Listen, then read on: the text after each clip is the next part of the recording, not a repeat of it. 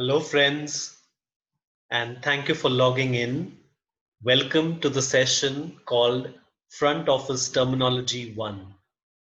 It's called Front Office Terminology 1 because I plan to do it as a series. So there'll be Front Office Terminology 2, 3, and so on and so forth. So let's begin this session with a short introduction. My name is Dr. Samir Diwanji, and I'm currently working as an associate professor and training and placement head at AISSMS College of Hotel Management, Pune. I have about 23 years of work experience in the hotel industry and a bit in the academics. I have done 5 pre-openings, 5 hotels. I have worked in India and internationally in leading hotel chains like the Taj Group of Hotels, Leela Kempinski, Le Méridien, to name a few. So without much ado, let's begin this session called Front Office Terminology 1. Jargon. What is jargon? Jargon are technical terms. Every industry has its jargon. I remember many years back, a friend of mine who's in the IT said that currently I am sitting on the bench. And I was like, but don't we all sit on the bench? He said, no, what I mean is I'm in between projects. I don't have any project at the moment. Being on the bench is not such a good thing in the IT industry, all right? You're without work as such. So you're in the company recruited, but not with the project, not associated with the project. All right, so jargon. So this is a small little joke where an interviewer asks about checkout, and the interviewee, a campus Casanova, answers, yeah, I'm always checking out the girls. And the interviewer is shocked and he throws him out, of course, and that's the end of the interview. So let's come to jargon uh, and let's understand why it's important to know the terms and jargon. Now, I can't stress enough the importance of technical knowledge and jargon. This is really the basic. This is the foundation. So whether it's knowing basic front office terminology like check-in, check-outs, or it is mother sauces in the kitchen or in service, what's a cover and basics, or it could be in housekeeping as simple as what is a par stock or inventory, etc. So technical knowledge is absolutely important. Attention to detail. Now they say God is in the detail, and so true. Attention to detail, along with a great attitude, of course, is what differentiates a hotelier from an excellent hotelier. And I want each one of you to be excellent hoteliers because there's a big difference in that. So attention to detail, attention to detail, attention to detail is very important. And in this presentation, I've taken great effort to ensure that I'm defining keeping in mind attention to detail. So I hope you understand and appreciate the definitions or the terms that I've explained with respect to attention to detail.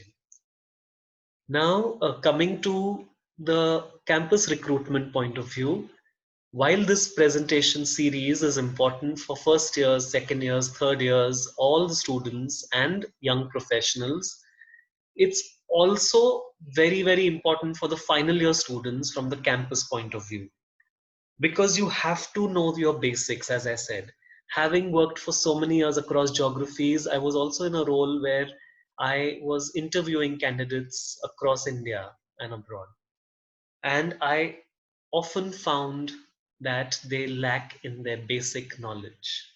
And now when I'm on the other side of the table, and when we have campus companies visiting our campus, we also sometimes get a feedback that the students could do better in their basic technical knowledge.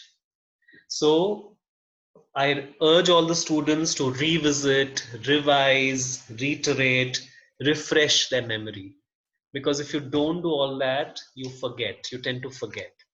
So let's begin this session of revisiting the basics, revising, reiterating, and refreshing. All right. So the first term is check in. You all have heard this term so many times. You all can define it in your own way. But again, remember attention to detail. So here is what I have written. The process of welcoming a guest, completing the registration formalities, allocating or allotting a room, and escorting the guests to the room is called check-in. So if you see, it's not that the guest comes to the hotel and you give and he gets a room. Yeah. So welcoming a guest, one, two, completing the registration, three, room allocation, fourth, escorting. All this completes the check-in process. Welcoming can be any way. It can be a welcome drink, Aarti Tika garland, depending. The Taj Falaknuma, for instance, a luxury hotel, has a 45-minute check-in process, and the welcome is really grand. But in a business hotel, the guest wants a quick welcome and a super fast check-in. So welcoming a guest, registration, of course, depending on who the guest is, first timer, repeat, regular, foreigner, corporate guest, yeah, depends on that. Registration formalities, what all you collect and what all you have with you already. Allocating a room and escorting the guest to the room. All right, so these four constitute check-in. Next is registration. Registration, again, attention to detail, remember. So during check-in, the process of getting the guest to complete and sign the registration card or the reg card, procure his or her identity proof, and other formalities is called registration. During check-in, so it's a part of check-in, getting the guest to complete the formalities, sign reg card, identity proof, credit card details if required, which come in other formalities. That is registration. Very important. Today you have check-in kiosks, you have technology, but some things remain the same. So you need to get the guest details and get him or her to sign as a proof. It's a legal requirement. That's registration. Check out the process of guest departure by settling his or her room bill and returning the room key is called checkout. As I said, of course, when you explain it, yes, there is a last minute minibar consumption. Yes, there's baggage handling. Yes, there's an airport cab or a transfer. It could be a left luggage case. There are so many scenarios. But simply put, the process of guest departure by settling his or her room bill and returning the room key is called check out. All right, moving on. Now here again, give me a moment to say that I don't expect you to learn this by rote, but by understanding. Not by just understanding, but by attention to detail. So not rote, but understanding. C form, the mandatory form that is filled in case of all foreign guests as required by FRRO is called a C form. C form, the rules you have to keep your ear to the ground, you have to keep seeing how rules change, and you have to be aware of the latest changes in the rules, but it's a mandatory form that is required for all foreign guests. Again, differs from country to country or nationality to nationality. Moving on, FRRO, C form is submitted to the FRRO. What is that? As you all know, Foreigner Regional Registration Office. I want you all to be excellent hoteliers, so I want you to check where the FRRO in your city is. Find out.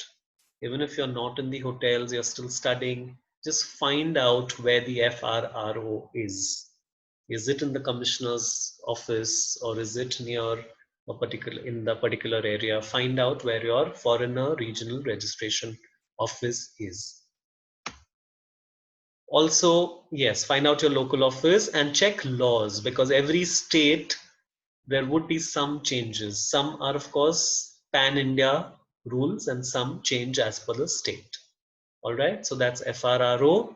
Walk-in, a simple term seemingly, but a guest who comes without a reservation that is not sufficient. You again need to apply attention to detail. So a walk-in is when a guest arrives at a hotel for a room. So he wants to stay, he wants a room to stay, but without a prior reservation, he or she is known as a walk-in. Now, in today's times, walk-ins are considerably less because everybody has a smartphone today. And if a guest has not booked much in prior, he can definitely call the hotel when he's in the cab from the airport also. So I also know a hotel chain that doesn't allow walk-ins. So once they actually requested a guest to be seated in the lobby, log on to their official website and make a prior reservation and then come to the reception for a check-in. Yeah. So it depends on the hotel policy, of course, but when a guest arrives at a hotel for a room without a prior reservation, he or she is known as a walk-in, also known as chance guest. So a walk-in is the same as a chance guest. Moving on, rooming. Rooming as a process is an excellent process, I think, because this is your chance to actually make a connect with the guest. You actually get a little time to interact with the guest. You actually make an impression. You have moments of truth, and that is very, very important. Of course, you don't ask questions like how are you and how's your flight. Those should be banned, actually, I feel, because you need to ask more intelligent questions to the guest. The conversation has to be more meaningful. So that's another training for another time. So rooming during check-in, again, remember it was a part of our check-in definition. So during check-in, after the registration formalities, the process of escorting the guests to his or her room and orienting them with the hotel and in-room facilities is called rooming. All right.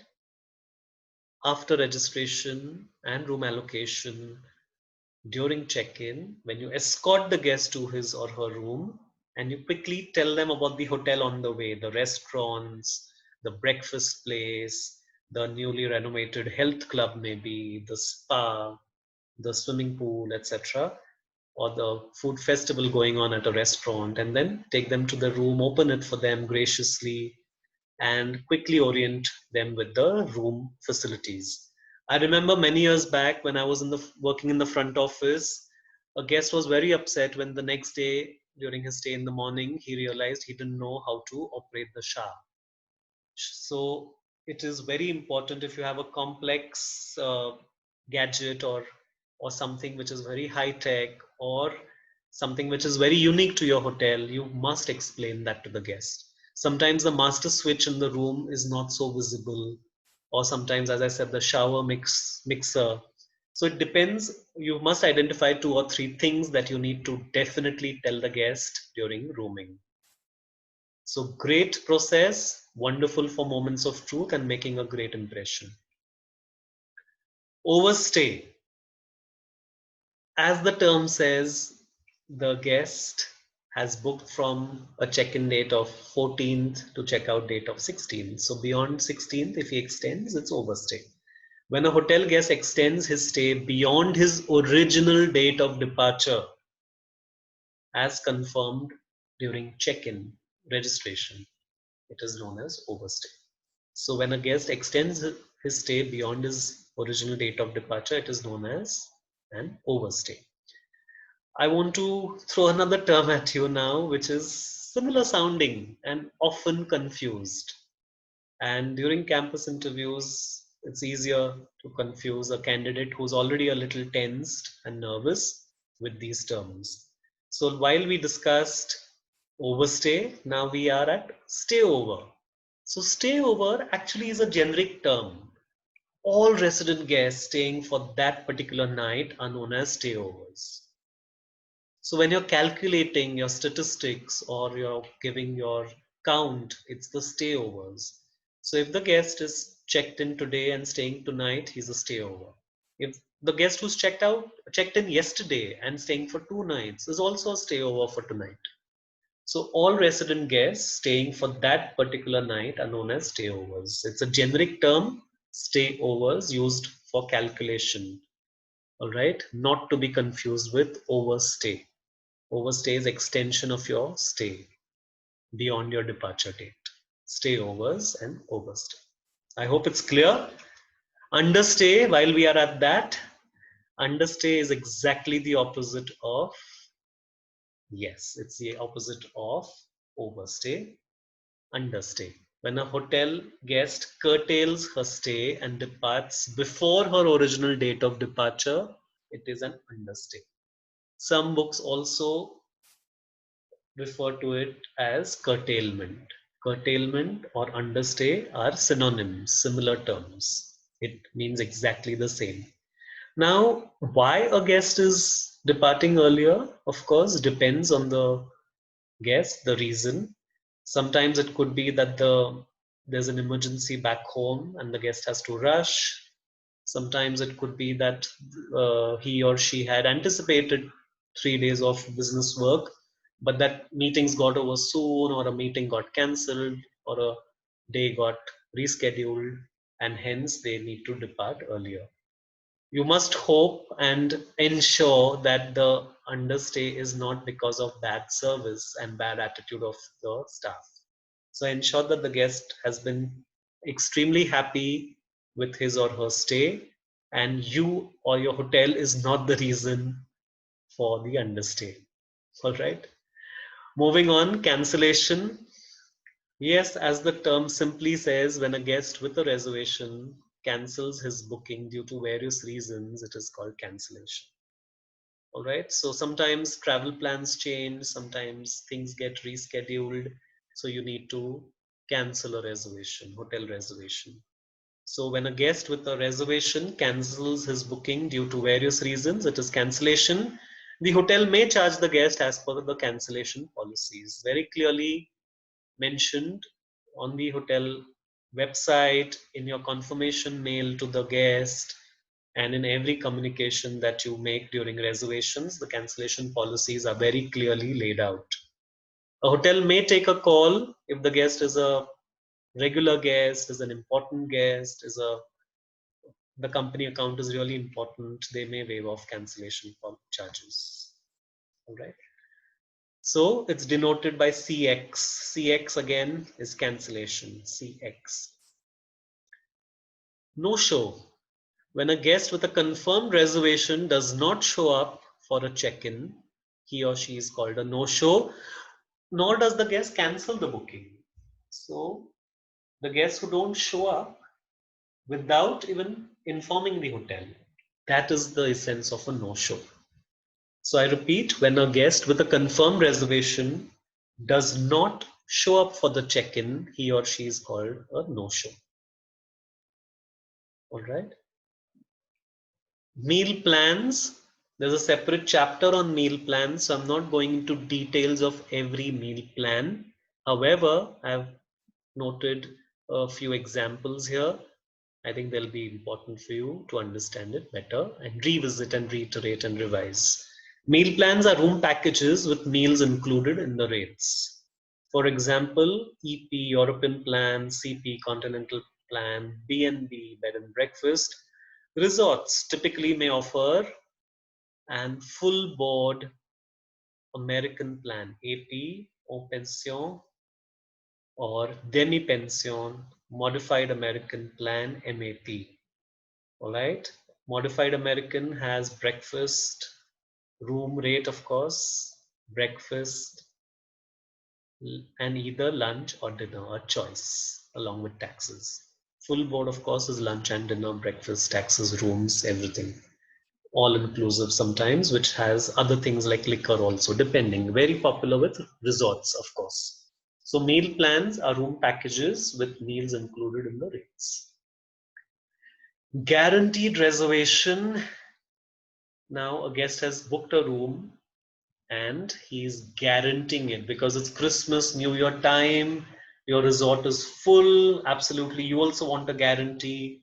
because you don't want a cancellation, no show, and hence loss of revenue. So a confirmed room reservation that is guaranteed with an advance amount payment. It is usually with an understanding that no refund will be given in case of a cancellation. You also have a hotel to run. You have to show maximum revenue when you can. So especially during busy periods, peak periods, when your hotel is sold out, you want a guarantee. So it's not a confirmed room reservation, but a room reservation with a guarantee of an advance payment and no refund in case of cancellation. So that's guaranteed, not the same as confirmed reservation. Then the term that we come to is suite. Suite, again, you will say, what is there to know in a suite? A suite is a suite. But again, if you apply a little attention to detail, you will know that it's a higher category room, it's a luxurious room, it is an expensive room. Yeah. So all these things have to be incorporated in the description or the definition. So a higher category luxurious room that has a living room and one or more bedrooms. It is charged at a premium and comes with many additional amenities and or butler service in luxury hotels. Some hotels have butler service for all the suites. All right, especially the luxury hotels or the absolute avant-garde hotels. So it's a higher category room, luxurious room, expensive room with one living room and one or more bedrooms. If it's a more luxurious suite, it has two bedrooms. A presidential suite, of course, is huge. So that's a suite. All right. So that's the end of the 15 terms, and I have a little clip. Let's see this. It just introduces you to the hotels, especially useful for first years. Hi, my name is Wilson, and I've been working in the hotel and accommodation sector for the past 5 years. I'm on my way to work, and let me show you what I love about my industry. Morning, Wilson. Hey Joe, how are you? Good. Meet my new friends. They're here to find out more about what we do. Hi, I'm Joe. As a concierge staff, it's part of my job to make our guests great first impression. I see. Let me bring you in. Hi Atika. Hi Wilson. How are you? Nice seeing you here. Definitely not checking in today. No, I'm not. Why don't you share with us what's your job like daily? As you know, concierge being the first point of contact, we create the experiences for our guests. So other than that, other than check in and check out, we introduce places, also suggest dining options around the area. What makes your job so fulfilling? What I love is the smile in the faces, knowing that they actually enjoy their stay. You're definitely passionate by your job. It's all about the passion. Joe, where are you going? I'm heading to level 7 to send a parcel for guests. So other than sending the parcel, what else is interesting about being a concierge staff? Okay, as a concierge staff, yeah, you have to make a reservation for guests. Let's say like a restaurant, tour, and some transfer for guests. So Joe, what does it take to be a good concierge staff? Okay, to be a good concierge, firstly, yeah, we must make our guests feel like they are at home. Secondly, yes, you must be well groomed. I see. That's very important. Okay, All right. Wilson, see you soon. See you, Joe. Take care. Hey, Wilson. Hey, Kenneth. Wow, they smell yummy, man. You know it's not for you, right? I know, just joking. So you'll be preparing for the event tonight? Yes, that is right. Other than arranging for meeting packages, we also have to give what our clients pay for. So I guess you're the person to talk to if I'd like to organize a huge event like my wedding? Yes, I'll be happy to assist with any event inquiries. We'll need things like your program flow, your setup, your dietary requirements of your guests. Wow, that's so impressive. Sorry. Oh, Alicia, what are you doing over there? Hi Wilson. Hey, I'll need to go to the office to get some props. I'll come along. Sure. So Alicia, what have you been up to lately? I'm working on an exciting project. We are rebranding the Aqua Luna. Right. How do you like the logo? Fabulous, this look great. I wish I could design like you. Is there going to be a party for the event? Yes, we are organizing a party for the media. I need to work with different vendors who specialize in different work areas. My job is to make sure their work comes together so the hotel publicity is executed on time and within budget. Wow, that sounds like a lot. I would say our hotel website, I can get real-time feedback and work with diverse group or professionals. Thank you. Bye-bye. Wilson, Hey Gaia. should you see my email? I've been trying to really lately, but I've been so busy. Not a problem. Anyway, I've confirmed the reservation for tomorrow's birthday party. You read the email, let me know if you have any questions. Sure. Coffee? Let's go. So Gaia, how on earth are you so efficient? No, as a reservation agent, customer satisfaction is my goal. My job requires me to get information and special requests, communicating with various departments, Right. and indicating into the system. Anything else intriguing about being a reservations executive? You know, getting to meet guest requirements, providing the satisfaction, fulfilling my job. That's why I love my job, and I look forward to come to work every day. It's really nice to have driven colleagues like yourself. I've been around for so long, but it's only today that I get to know of everyone. I feel like I can move to a different department right now. Well, every day you can learn something new. Definitely. So I love my job, I love my industry, and there are rare people out there like mine. And I look forward to coming to work every day. Do click here to find out more about us. See you here again soon. Bye-bye. So Gaia, how are preparations coming along for Martin's 10th anniversary? It's going very well.